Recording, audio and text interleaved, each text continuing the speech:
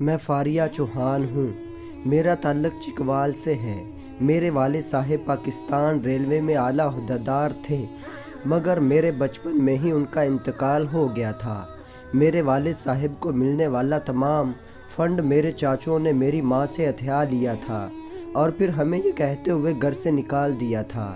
بھائی مرنے سے پہلے یہ گھر اپنی ماں کے نام کر گئے تھے۔ میری ماں مجھے لے کر ماموں کی دہلیز پر آ رہی، مگر جلدی مہمانی کے لڑائی جھگڑے سے تنگ آ کر انہوں نے بھی ہمیں رکھنے سے انکار کر دیا۔ میرے والدین کے پاس مجھ سے بڑی ایک اولاد تھی جو کہ ٹرانسجینڈر تھی۔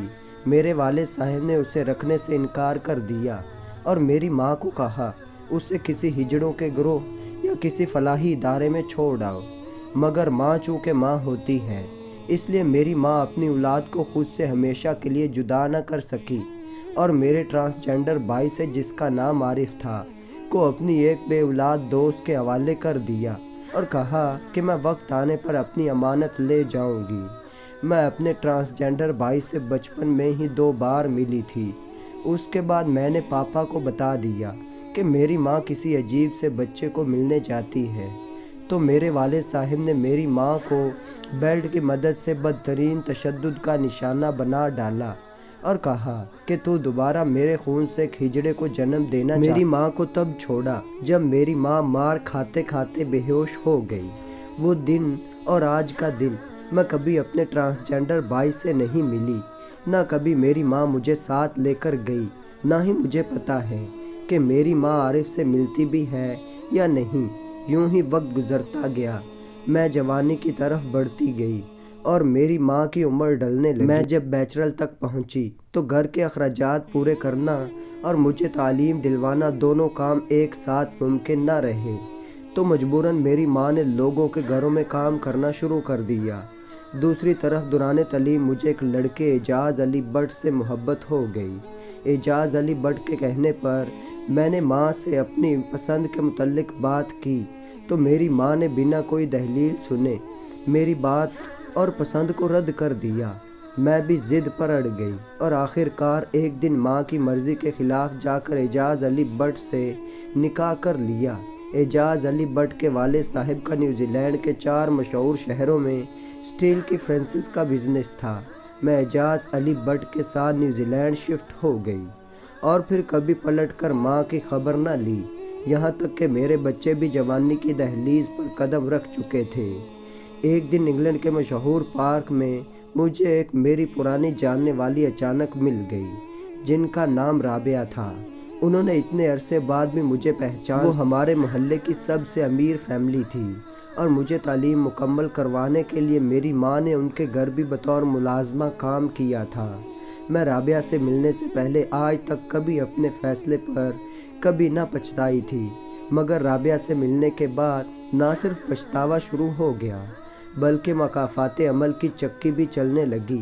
میں نے رابعہ سے اپنی ماں کے متعلق پوچھا تو رابعہ نے بتایا کہ تمہاری ماں تمہارے جانے کے بعد ایک ہجڑے کو گھر لائی تھی۔ لوگوں سے کہتی تھی یہ اس کی اولاد ہے، مگر لوگوں نے تمہاری ماں کی بات ماننے سے انکار کر دیا، بلکہ تمہاری ماں پر الزام لگایا کہ تم بڑی عمر میں اس ہجڑے کی کمائی پر عیاشی کرنا چاہتی ہو۔ تمہاری ماں نے میری ماں کو تمہارے ہجڑے بھائی اور تمہاری باپ سے کی گئی شکایت کے متعلق بتایا، پھر یہ بھی بتایا کہ کتنا عرصہ اپنی سگی اولاد کو ملنے کے لیے تڑپی۔ انہوں نے کہا چند دن پہلے میری دوست جس کے گھر میں نے عارف کو چھوڑا تھا، میری اسی دوست کے شوہر نے عارف کو جنسی زیادتی کا نشانہ بنا ڈالا۔ تمہاری ماں کی کہانی سن کر ہم سب لوگ رو رہے تھے، مگر ہم کچھ نہیں کر سکتے تھے۔ تمہاری ماں وہ محلہ چھوڑ کر اپنے ٹرانسجینڈر بیٹے کے ساتھ چلی گئی۔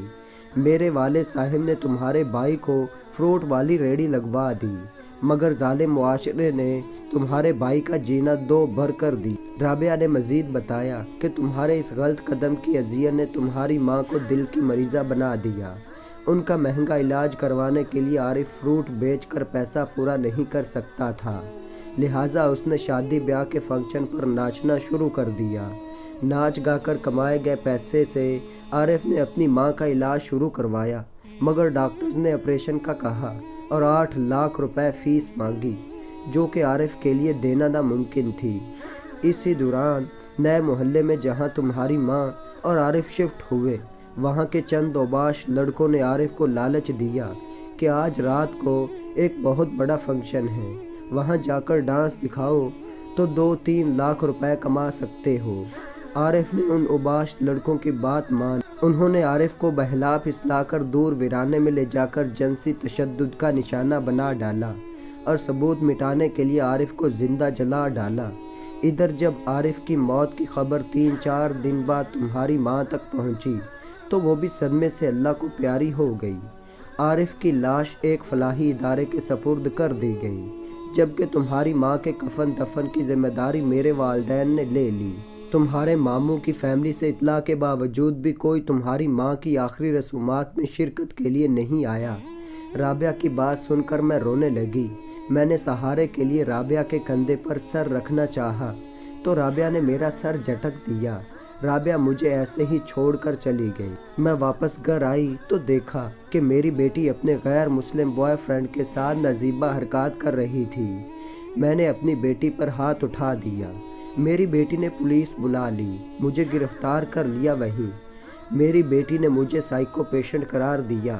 میرے بیٹوں میں سے کوئی میری حمایت میں سامنے نہ آیا اور مجھے 6 ماہ کے لیے ایک ادارے کے سپرد کر دیا گیا جہاں میرا دماغی علاج ہو سکے۔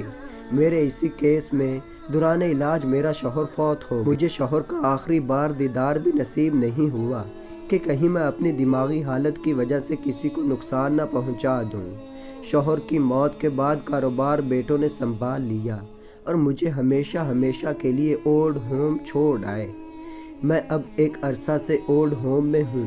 شاید مرنے کے بعد بھی میری اولاد مجھے نہیں اپنائے گی اور مسلم ہونے کے باوجود مجھے عیسائی انداز میں دفنایا جائے گا۔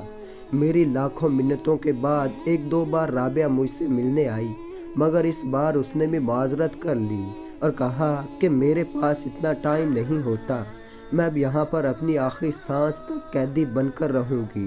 میری موت کے بعد اگر کوئی مسلمان فیملی میری لاش کو اسلامی انداز میں دفن کرنے کی ذمہ داری لے گی تو میری میت ان کے حوالے کر دی جائے گی، نہیں تو ادارے کے رواج کے مطابق مجھے دفن کر دیا جائے گا۔